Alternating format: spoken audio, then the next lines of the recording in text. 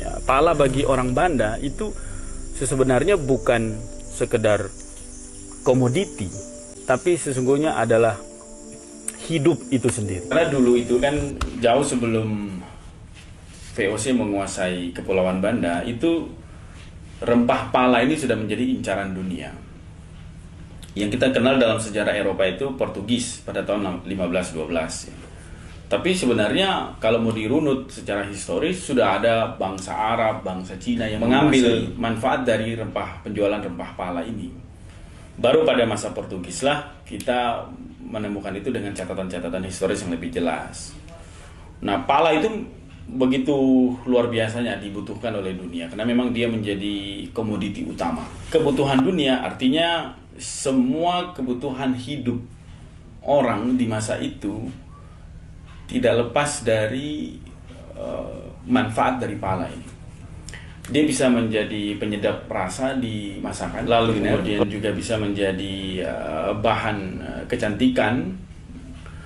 Dan bahkan sejak zaman Mesir kuno itu rempah pala sudah menjadi bahan pengawet mumi pada masa itu. Jadi saking begitu berharganya. Nah, mereka mencoba mencari jalur itu sampai akhirnya ditemukanlah jalur dari yang menghubungkan antara Eropa, Afrika lalu ke Malaka. Nah, dari Malaka inilah pintu menuju ke Banda Neira.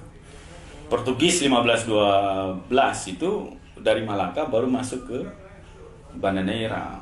VOC menggunakan jalur Portugis, juga begitu Inggris. Nah, begitu penguasaan di masa VOC yang menguasai hampir seluruh kepulauan Banda Neira, hanya 2 pulau yang tidak mampu mereka kuasai. Tidak mampu dikuasai oleh di Kepulauan Banda Neira sudah dikuasai hampir seluruhnya oleh VOC. Hanya ada 2 pulau di Kepulauan Banda yang tidak mampu diambil alih oleh VOC, justru diambil oleh Inggris, ya, dikuasai oleh Inggris, yaitu Pulau Ai sama Pulau Rune. Pulau Rune sama Pulau Ai. Yeah.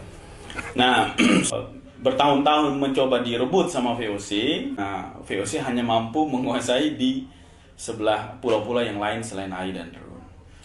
Nah, karena begitu ingin memonopoli seluruh komoditi pala di Kepulauan Banda, akhirnya VOC mencoba merebutnya lewat sebuah perjanjian damai di Breda.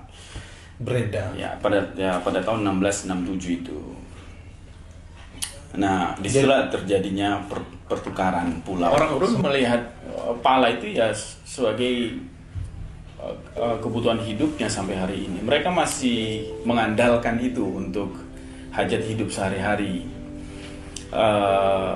Masih menanam pohon pala, masih mengolahnya secara baik di perkebunan-perkebunan mereka, meskipun dengan cara-cara yang masih sangat tradisional, ya. Tapi nah, itu yang menjadi ironi. Ada saja beberapa petani pala, ya, yang memang masih mengelola pala ini secara sangat-sangat terbatas dan tradisional. Ya, mungkin keterbatasan teknologi, keterbatasan pengetahuan, sehingga akhirnya banyak sekali kita lihat pala-pala itu yang terbuang percuma, ya, yang tidak dikelola secara maksimal. Meskipun ada 1-2 yang baik, tapi secara umum masih ada pihak atau orang-orang yang atau petani pala yang masih sangat terbatas dalam cara pengelolaan. Jadi peremajaan pohon pala sesungguhnya adalah peremajaan atau penanaman kembali hidup masyarakat Banda.